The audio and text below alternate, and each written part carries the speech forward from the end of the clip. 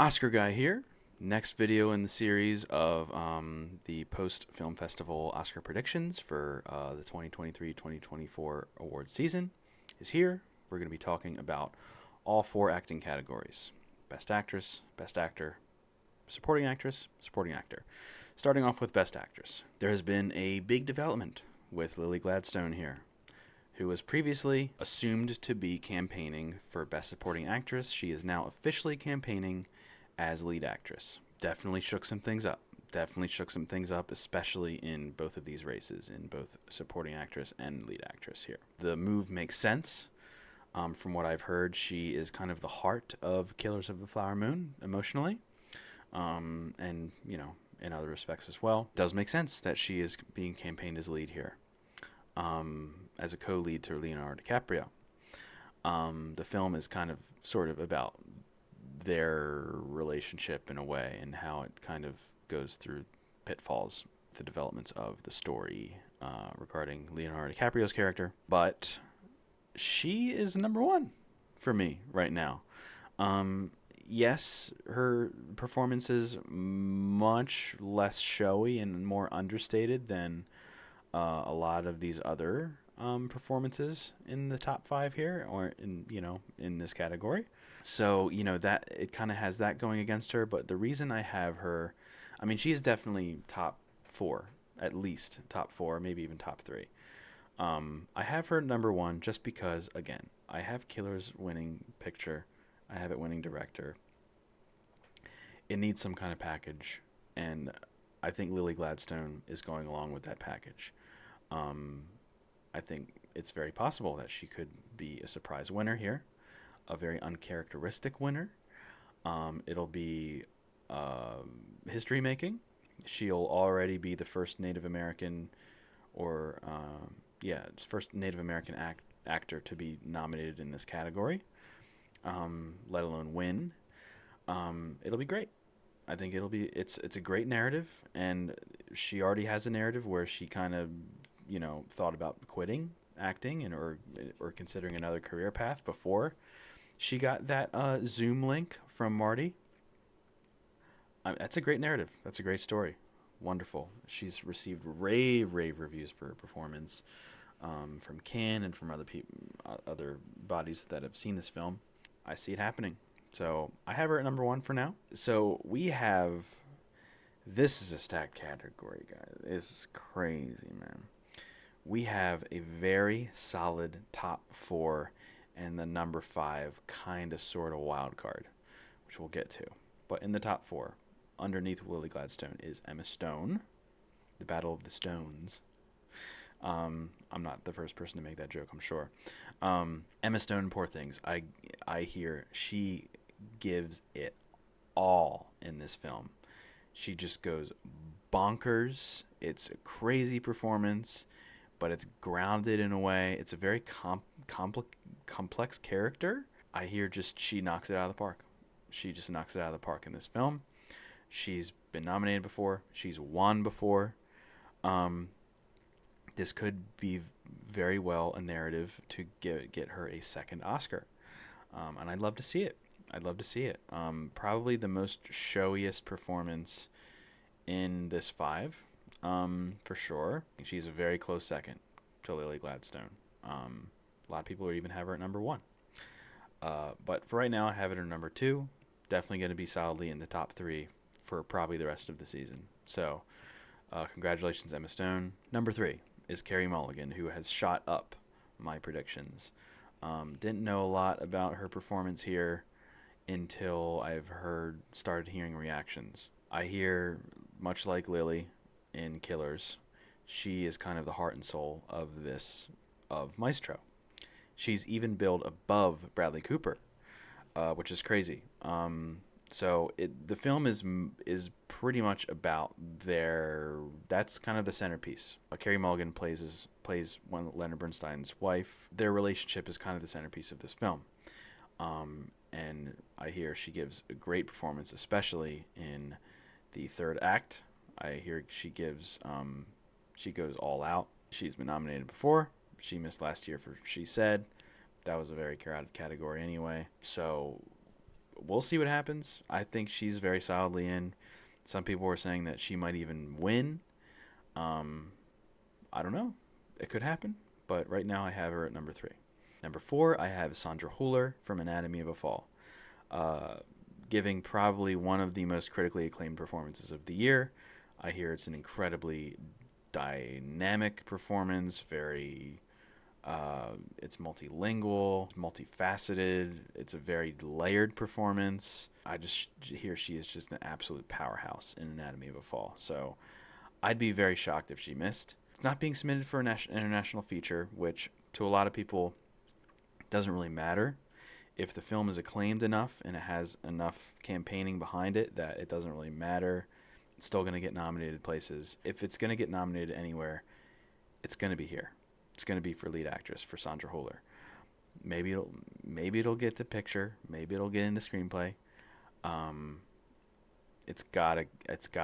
This is the one. This is the one nomination that it needs to get, I think, from what I've heard about her performance. So she is definitely very solidly in there. So that rounds out our top 4. Now for the 5th wild card slot. For right now, I got Natalie Portman for May December. I hear she gives a great performance.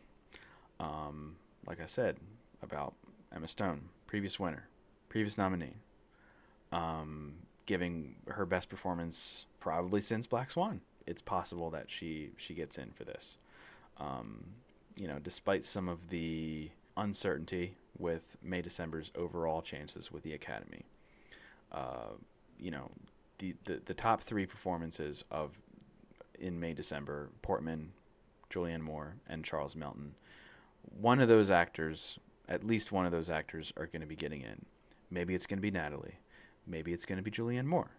Maybe it'll be a surprise nomination for Charles Melton in supporting actor. For right now, I think I have 2 nominated. One of them is Natalie Portman in May December. She's number 5. Kind of a shaky kind of a shaky slot. Very solid top 4. Kind of a shaky number 5. That's what we're working with. So below the line, I have Fantasia Barrino from The Color Purple at number 6.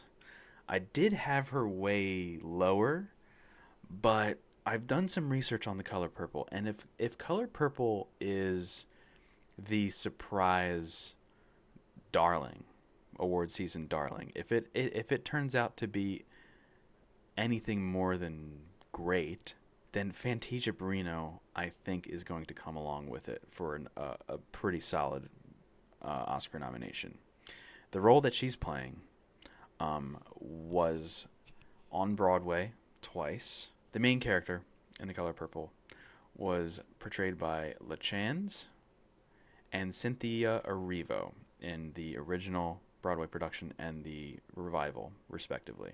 Both of those actresses won the Tony for Best Actress in a Musical.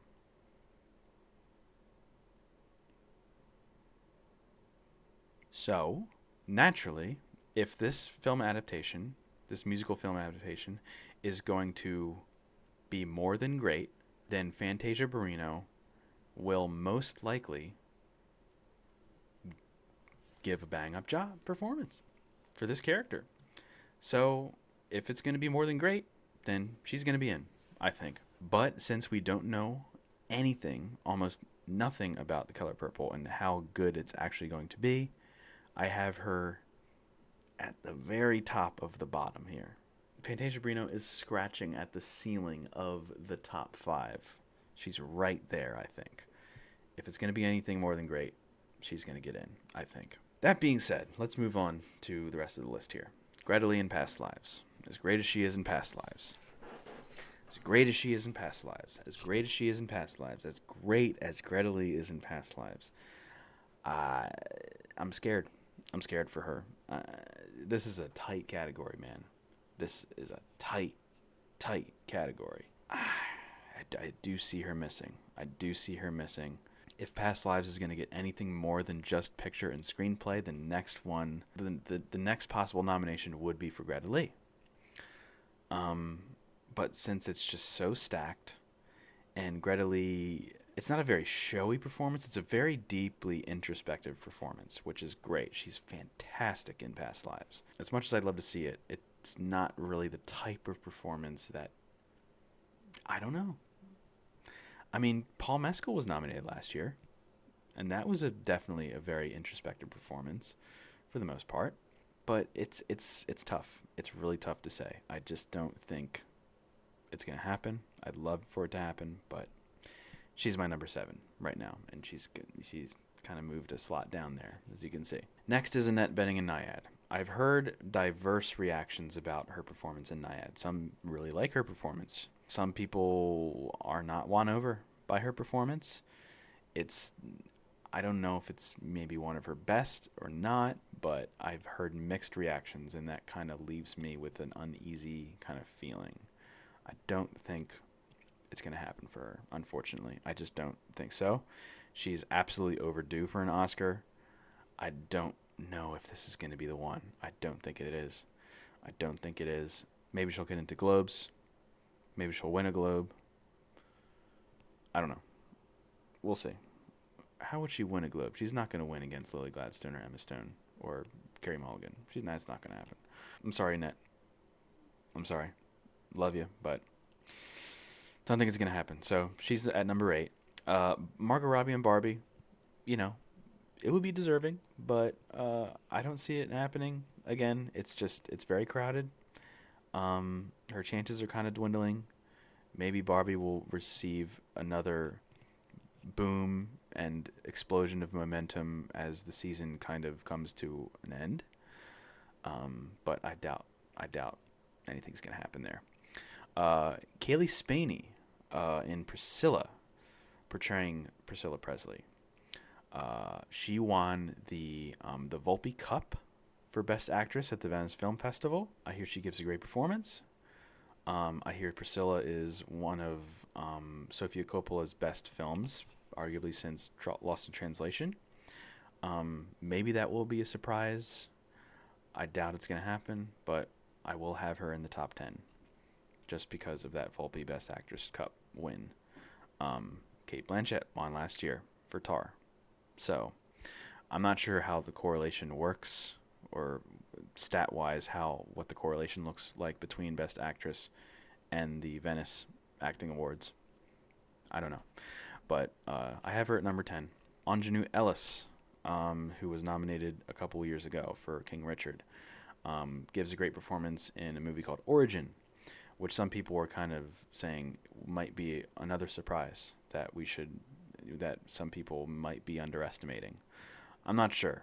I haven't seen the film. I don't know much about it. Some people really like it. Some people think it's a little divisive. I don't know. But Ingenue Ellis, I do have her loosely in this list here. Kate Winslet in Lee. I hear Lee is a pretty good film, and Kate Winslet's performance kind of carries it. She's a former winner, former nominee. I just have her here just for the sake of it. So that's it. That's my 5 for actress and my predictions for right now. Best actor. Here we go. We have Bradley Cooper at the top. I'll explain myself, okay? He's still at the top for me. Fabulous. That's the way that dog. He gives a very Beatty performance, number 1. Number 2, Maestro's going to win makeup. I'm 99% sure it's going to win makeup. That correlation is very strong. I just think it's going to happen. Bradley Cooper is overdue for an Oscar, an acting Oscar. This might be his year. And again, he's directing himself to an acting Oscar. That sounds silly, I know. But it's not out of the realm. It's not out of the realm of impossibility. Is that a double negative? Yes. It's possible. That's what I'm saying. It's possible, a.k.a. not out of the realm of impossibility. Double negative, positive is it's possible. It's the most showy, the most bombastic performance of the year. That is what the Academy typically likes. So I have him at number 1. Cillian Murphy, Oppenheimer. Not a lot of Oscar clips for him, but I think we need to look past the Oscar clip thing and just kind of look at these performances as a whole. And as a whole, Cillian Murphy's performance over the course of the 3-hour film that is Oppenheimer is astounding. He's a juggernaut in this film. Absolute juggernaut. He completely transforms into J. Robert Oppenheimer, and it's a sight to behold. He's just fantastic. Very nuanced, delicate performance. It's a slow burn of a performance, and if you look at the whole film generally and his performance throughout every aspect of the narrative, it's very impressive. I mean, I really want him to get in, and I'm pretty sure he's going to. Nolan films, he typically does not direct actors to nominations and wins outside of Heath Ledger. I don't see him missing. There's no way he's going to miss. I would even like to see him win, but I don't know. I don't think that's going to be a winning performance as much as I would love to see that. But he's number 2, for sure, for right now. Colman Domingo in Rustin. A performance that I underestimated a little bit. I didn't really know much about Rustin and how it would perform until it premiered. It premiered. People say that he is doing absolutely everything you need to win an Oscar. The whole movie is an Oscar clip for him, portraying a real-life figure, very important figure in history, in American history, a story that has not been told very much, if not at all. I think this is his year. I think this might be his year. And maybe he'll get nominated, and then maybe next year he'll get nominated and maybe even win for Sing Sing, another movie that premiered recently, which I don't think is going to be campaigning for this year, from what I've heard. I think he might be in. He should be in. I do have him pretty solidly in the top 5 here, Colman Domingo. So can't wait to see it. Can't wait to see what he does. So moving on from there, Leonardo DiCaprio, Killers of the Flower Moon. People are saying it's his best performance. People are saying it's his number 2 performance behind Wolf of Wall Street. At least people are saying it's like in the top 3 performances of his career. And what a career Leonardo DiCaprio has. I think he is like unquestionably in the top 5 here. So I have him in. I don't know if I see him winning. I'll know more once I see the movie. Based on what people were saying, maybe he'll win, but maybe not. It's, Cooper and Murphy and Domingo are kind of giving him a run for his money. But I definitely have him in to be nominated here. Next, I have Paul Giamatti for The Holdovers. From what people are saying about The Holdovers, he is giving in great work, some of his best work in his whole career, probably since Sideways, or maybe even Cinderella Man. He's only been nominated once. He's been nominated for a ton of precursor awards, but for some reason he's not in the club, I guess, with the Academy. He was egregiously snubbed for Sideways, which I did watch, and he is so good in that movie, and I cannot believe he missed an Oscar nomination for that. If he misses again for The Holdovers, oh my God, people will be up in arms. But again, man, this is a tight category. This is still a tight category. That 5th slot could go any which direction. Barry Keoghan, which I did have in for number 5. I have it number 6. People say that he's done. I don't know if he's done. I don't know if he's done. He got nominated last year for Banshees. He's riding high off of that. He won the BAFTA for Banshees last year. Remember that shit? He, I hear, gives a very brave, bold, committed, and intense performance in Saltburn. Maybe he'll be the surprise nomination, and maybe he'll kick out Paul Giamatti. I don't know. You kind of have to weigh those options there. So I have him at number 6. Not quite scratching the ceiling like Fantasia Barrino is, but almost there. About, maybe if he had another 6 inches on his arm, maybe he'll graze the top of that ceiling. Jeffrey Wright in American Fiction. I don't think Jeffrey Wright has been nominated for an Oscar. He's a very, very, very, very well-respected actor, mainly doing stage work, Shakespearean work, I think. Maybe this will be his year for a surprise Oscar nomination. Maybe he'll get into Golden Globe, comedy, musical. I think that's being nominated for comedy, or a campaign for comedy, rather. Um, Not sure. Um, Maybe a SAG nomination, Critics' Choice nomination, outside shot for an Oscar though. I do have him at number 7, but since it won TIFF, people are really, enthusiastic about this film. We'll see how it performs.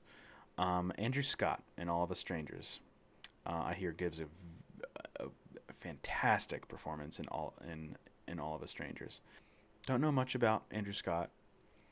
All I know is that he's doing great work in All of Us Strangers, and if All of Us Strangers is the critical darling it is, then maybe he comes along with it. Not sure, but I have him at number 8 as a new addition.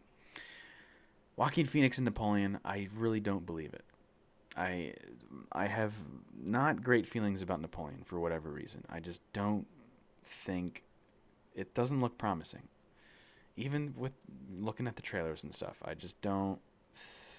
don't think it has potential. I think Ridley Scott is just churning out fine movies. They're not bad necessarily, but they're just missing. They're duds as far as the awards bodies go. It's just not, I don't think it's going to happen.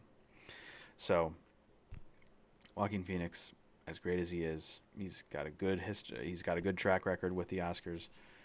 I don't see it. I just don't see it. We'll see. I don't see it. Adam Driver in Ferrari, I hear he's fine in Ferrari. Not really worthy of a nomination per se. Maybe, I don't know, but in a stacked category like this, I just think he's just going to be dipping down. I don't know. We'll see. Michael Fassbender, his return to acting in The Killer, I hear gives a great performance, but for whatever reason, people are just kind of lukewarm on its chances. Similarly to Adam Driver and Ferrari, he's just kind of down there, just chilling. We'll see what happens with that. And then long outside shots. I'm talking long outside shots. Teo Yu in Past Lives, which would be great. That's not going to happen. Kingsley Ben-Adir in the Bob Marley biopic One Love, which I think is coming out in February. It's going to be a really late release. I just don't think that's going to happen. I don't know. And the movie kind of looks mid from the trailer anyway, so we'll see. But that's it for Best Actor. Moving on from there. Best Supporting Actress. Now that we have Lily Gladstone out of the conversation in this category, she's now in lead. It opens up the race fairly wide open category now. For right now, I have Divine Joy Randolph winning for The Holdovers. I hear she is the heart of that film, emotionally. She gives great work, from what I've heard, and I think it makes the most sense for her to be winning in this category. This is kind of giving me flashbacks to last year, where the Best Supporting Actress category was up in the air until SAG, until we all know what happened. Jamie Lee Curtis winning. It was between her and Angela Bassett and Carrie Condon, and then some other, we got Hong Chow and some, Carey Mulligan and some of these other actresses that were kind of on the cusp for the entire season. It might be the same situation this year. I mean, it's just a wide open race now. But for right now, I have Divine Joy Randolph winning. Danielle Brooks in The Color Purple. Now, I originally had Taraji P. Henson in the number 2 slot, just because she was nominated previously, many years ago, and Danielle Brooks is kind of a newcomer to film, to the Oscars, basically. But I kind of changed. I kind of looked up. I kind of did a little bit of research with the performances and the characters in The Color Purple and the history there, and I think Danielle Brooks will probably give a more show-stoppy performance in The Color Purple, as opposed to Taraji P. Henson. So I've kind of switched. I've flip-flopped them for right now. I have Danielle Brooks in number 2. Again, if The Color Purple is more than great, then I think she is very solidly in there, and possibly even Taraji P. Henson gets in as a double nomination. We'll just have to see. But for the one nomination, I do have Danielle Brooks in. Number 3, Penelope Cruz in Ferrari. The one great thing I've heard about Ferrari is Penelope Cruz's performance. We all know that the Academy loves them some Penelope Cruz. Parallel Mothers, that surprise nomination shocked everyone. She's won for Vicky Cristina Barcelona. She's been nominated multiple times. I think she might be in. If Ferrari gets any nomination, I think it'll be supporting actress for Penelope Cruz. So I have the other co-lead performance in May-December for Julianne Moore. She is getting campaigned in supporting actress, however. So I have her in. She's won before. She's nominated before. I think it'll only make sense that she's in. Jodie Foster in Nyad, I've heard great things about. Most people, I think, are doubting Annette Bening's chances, but say that since the supporting actress race is wide open now, Jodie Foster has a chance to sneak in there. She's got Academy history and recognition. She's even billed above Annette Bening, strangely. I don't know what their logic is there, but in any case, I have her in the top 5 here. Underneath that, below the line, I do have Taraji P. Henson, like I said. Just barely not making the cut. Rosamund Pike in Saltburn, I hear, kind of steals the show in a way. In Saltburn, gives a very hilarious performance from what I hear. Former nominee for Gone Girl. Maybe that could happen. I don't know. I did have her in the top 5 last predictions video, but I have her missing for now. But still in the top 10. Emily Blunt in Oppenheimer, also in the top 10. I could maybe see that possibly happening, but it's a very small chance. I did see Oppenheimer again, and she's wonderful in the movie. She's just not in it very much, and she really only has one Oscar scene, in the third act of the film. And I just don't think that's going to be enough for her. Maybe it will be, sure, but I don't know. Claire Foy in All of Us Strangers, I hear gives a great performance. So I just had to kind of add her in there as a slight possibility. Maybe she'll just get women talking. The verb women talking. Viola Davis in Air. I don't see it happening. Maybe it's possible. It would be really cool. I'm pretty sure she'll get into Globe. She'll most likely get into Globe. Maybe that'll be enough momentum for her. It just depends on what Air is going to do in the late season. But for me, I don't think it's going to happen. Sorry, Viola Davis. As great as you are in Air and as great as an actress you are, EGOT, Viola Davis, we're just going to have to pray. But you're still in the top 10, so there you go. Niecy Nash-Betts in Origin, I hear gives a great performance, so just kind of snuck her in there, a la Anjuna Ellis in lead actress. She's there. Florence Pugh in Oppenheimer, I don't think it's going to happen. Tilda Swinton in The Killer, don't think that those are going to happen. So just too small of roles, really. Tilda Swinton is not in The Killer for very long. Same with Florence Pugh, as great as she is. I just don't see it happening. So that's supporting actress. Moving on from there, supporting actor.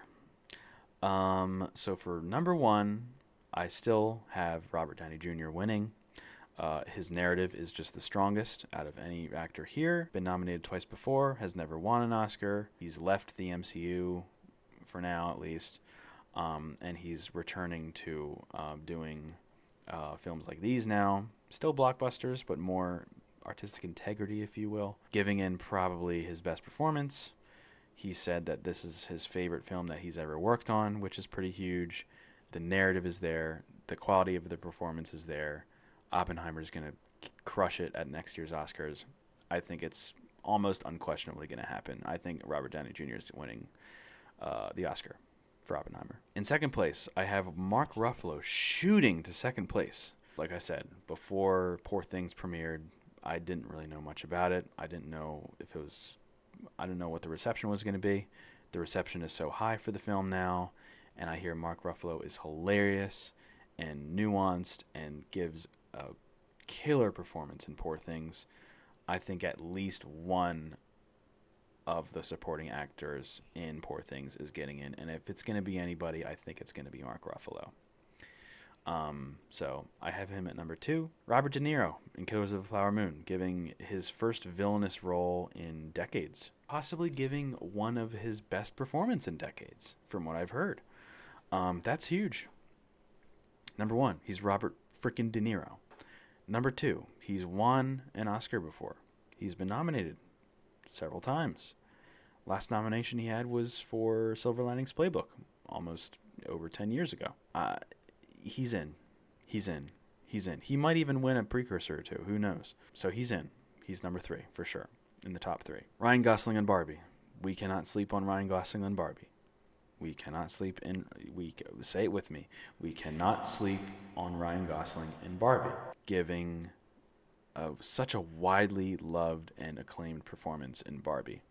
An incredibly good comedic actor. He's such a big part of that story, and he kills it. He just kills it, and there's just so much love behind him and the character of Ken and his performance, much like Jamie Lee Curtis, that I just think the momentum and the love is just going to give him an Oscar nomination.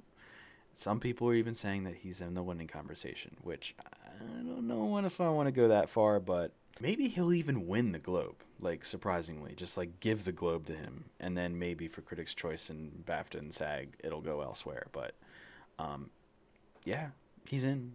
I think he's definitely in. And then that 5th slot, man, again, that shaky 5th slot. I'm holding on for Dominic Sessa. For some reason, man, I'm holding on to him. Even before the film premiered, I watched the trailer and I was like, this kid, there's something about this kid and his presence on screen and his delivery and his charisma. He seems like the real deal. And from what I've heard, he stands toe-to-toe with Paul Giamatti and Da'Vine Joy Randolph. I think people are saying he's a revelation in this movie, quoting Matt Neglia. I'm holding on to him. I think I'm going to be holding on to Dominic Sessa, and we'll see what happens for the rest of the season, but can't wait to see the holdovers to kind of finally round out my thoughts here. Number 6, kind of scratching at the ceiling, is Willem Dafoe. I think his performance, from what I hear, is just as good as Mark Ruffalo's performance. I don't think he's in the film as much as Mark Ruffalo, but I hear he gives great work in the film, and the makeup job certainly helps him as well. So he's number 6 for me. Next up is Charles Melton in May December, who I hear is also a surprise revelation, as Dominic Sessa is in the holdovers. Charles Melton in May December, I hear, is like possibly the most nuanced performance in that film. It's a very deeply layered and complex portrait of a mid-30s man kind of trapped in a child's mindset, due to his very young relationship with this older woman. It sounds very captivating, and I hear he is very captivating in this film. So maybe he'll be a surprise nomination. We'll just have to see. But for right now, I have him missing at number 7. Colman Domingo in The Color Purple, doing the male lead / supporting performance in The Color Purple. Like I said, if Color Purple's more than great, maybe he has a shot. But for right now, I have him at number 8. Paul Mescal, last year's nominee for Aftersun, giving a very good performance in All of Us Strangers, from what I hear. Maybe that'll happen, but from what I hear, I think Andrew Scott is kind of stealing the limelight a little bit in regards to that. So I have him at number 9. John Manjaro, Past Lives. I'm sorry, buddy. You're still in my top 10, but I just don't. I think it's done. I think it's done for him. Too much of a nuanced and kind of understated performance for that film. As great as he is, just don't see it happening. And Richard E. Grant in Saltburn, I gotta be honest, I know nothing about his performance. I haven't heard anybody talking about him. He's been nominated before. He's a great actor, but I don't know. I just have him in just because he's Richard E. Grant, basically. So that's it for the acting categories. That is supporting actor, and we are going to be moving on in the next video with the screenplay categories, adapted and original. And there's been shakeups in those categories as well. Stay tuned for that. Thank you guys so much for watching. As always, Oscar Guy is out.